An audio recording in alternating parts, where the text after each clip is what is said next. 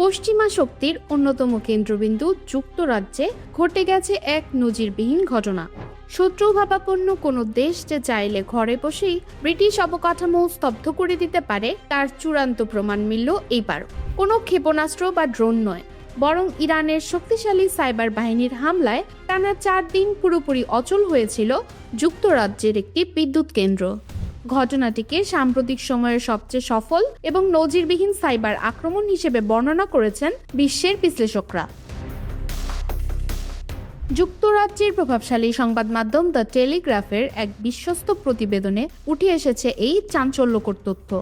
যদিও নিরাপত্তাজনিত কারণে আক্রান্ত বিদ্যুৎ কেন্দ্রটির নাম প্রকাশ করতে অস্বীকৃতি জানিয়েছে ব্রিটিশ সরকার, তবে তারা স্বীকার করেছে কেন্দ্রটি টানা 4 দিন সম্পূর্ণ বন্ধ ছিল। ঘটনাটি সামনে আসার পরই পুরো যুক্তরাজ্য জুড়ে তোলপাড় শুরু হয়। তড়িঘড়ি করে জাতীয় গ্রিড এবং বিদ্যুৎ উৎপাদন কেন্দ্রগুলোর শীর্ষ কর্মকর্তাদের সঙ্গে জরুরি বৈঠকে বসে সরকার এবং জারি করা হয় বিশেষ নিরাপত্তা সতর্কতা।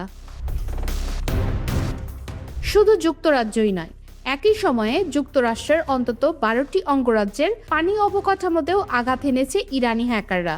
সেখানে একাধিক বর্জ্যপানি শোধনাগার আক্রান্ত হওয়ায় মারাত্মক সংকট তৈরি হয়। মার্কিন গোয়েন্দা সংস্থা FBI এবং পশ্চিমা বিশ্লেষকদের দাবি, মধ্যপ্রাচ্যে সংঘাত বাড়ার পর তেহরান তাদের সাইবার কৌশল বহুগুণ শক্তিশালী করেছে। তারা এটি প্রমাণ করে দিয়েছে যে সামরিক শক্তির বাইরে সাইবার বিশ্বেও ইরান এখন বিশ্ব পরাশক্তিগুলোর জন্য এক বড় আতঙ্কের নাম।